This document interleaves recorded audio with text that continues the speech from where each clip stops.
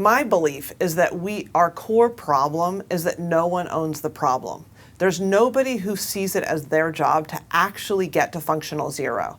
And what I have been advocating for, this is my third year in the state Senate, and I really came to the legislature thinking, I want us to own the problem. Have the state say, we are going to get to functional zero. If we have just under 200,000 homeless people living on the streets, and this is a number that you said at the beginning from the point in time count, right, which counts people every year, and it's certainly an undercount, but recognizing that that is a number that we could actually provide housing for. But we've backed ourselves against a wall with the way we see our role and what we can do and what we can't do and the way we do things. And I think we've become really calcified. And I believe there's a reality to the homeless industrial complex idea that there's a lot of services happening. There are a lot of jobs happening. There are a lot of good things that are happening. But their goal of actually getting to functional zero is what is not happening. So, and I've gone out with some of these social service providers who they have the biggest hearts and they're trying so hard, but when you go up to in a park outside a library and you hand someone a flyer and they're saying, do you have any housing yet? And you say, no, but I have a Costco snack and a water bottle. It's like, that doesn't help them, right? They have a housing problem. They don't need a Costco snack and a flyer.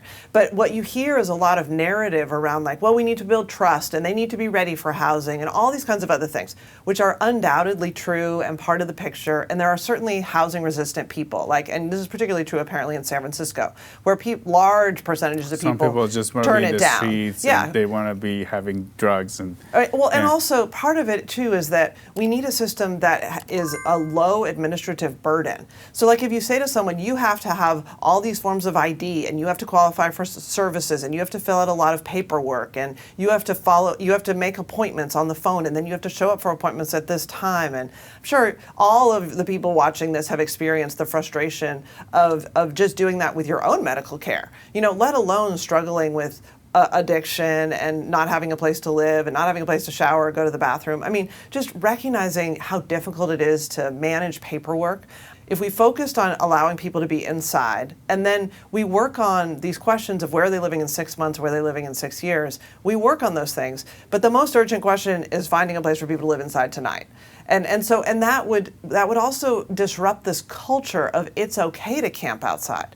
Like from my perspective, it's not okay. It's not okay for them, and it's not okay for everybody else that wants to use their park, to use their streets, to drive along the freeways and not see people living all over the place. And also, there's a massive environmental effect to living in riverbeds and canyons that I think is underappreciated. The amount of waste and trash that's going into our riverbeds. And the sewage. And exactly. It's this, we are allowing these essentially shanty towns to exist in the state of California. And it's this massive have and have not experience of an underclass, of people who are not housed and are having to fend for themselves. And but when you start digging into this and what can we change and why is it like this, you just realize this interconnected web of complexity. And at the end of the day, I go back to, we have to own the problem. Whose job is it to get to functional zero? And at the moment, it's no one's. There is a person who oversees the department underneath the governor's office whose responsibility is homelessness. Right now, it's linked up with all these other jobs. So one of the things that has been proposed, which I very much support in this year, is to pull that out, to have housing and homelessness stand alone. So there's one person who's actually in charge of that department. And, at least that starts us on a goal. And if you look at other areas of our state policy, like getting emissions reductions for carbon, we have goals. We're trying to get to a certain amount of carbon and it's parts per million and it's by a certain year and there's an action plan. We may or may not get there, but at least we have that clearly laid out. But it's like right now, we don't have anything like that. We have more than 500 cities and counties in the state of California. Each one should have to provide for its point in time count number. That was a bill I introduced the first year that didn't make it. But it's like you said almost 200,000 homeless people. They're divided across the state according to different counties. Why doesn't each county or each city have to provide homeless serving housing to that point in time count number? I mean, that's like an accountability reality that we could be doing, but we don't. So right now, essentially what you're saying, do you think it's become normalized? Yes, we're kind absolutely. We're okay. Yeah. This is what it is. And I think we do a lot of hand-wringing and we do a lot of talking and we say that this is a top problem. I believe that in the state Senate, there are 40 people in the state Senate, at least a quarter of them see homelessness as the top issue.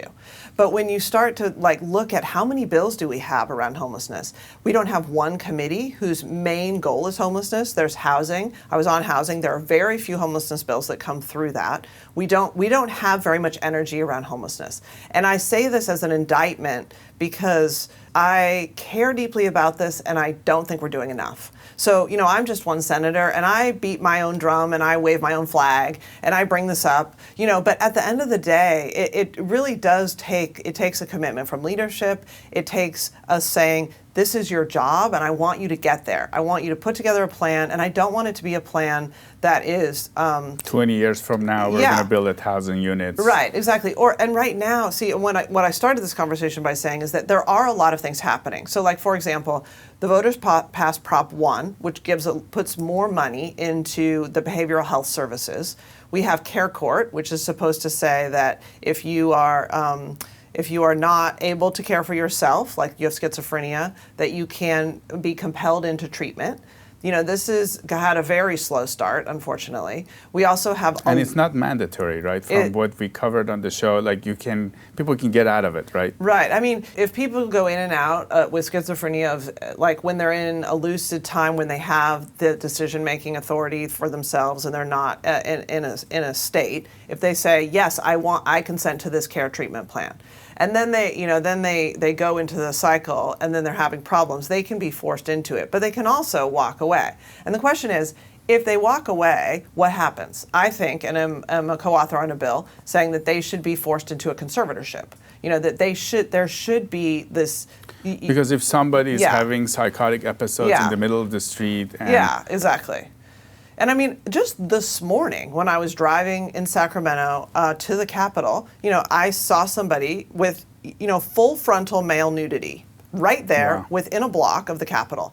And it's like, and I had the same thought I have all the time, which is your heart goes out to somebody. It's like, this poor person is literally suffering and dying in front of us, and we're just driving by on the streets, what is our problem? And then thinking, and I'm a state senator, I'm going to this Capitol, this majestic building where we're the 5th largest economy and we're trying to solve the biggest problems, and I can't even help him.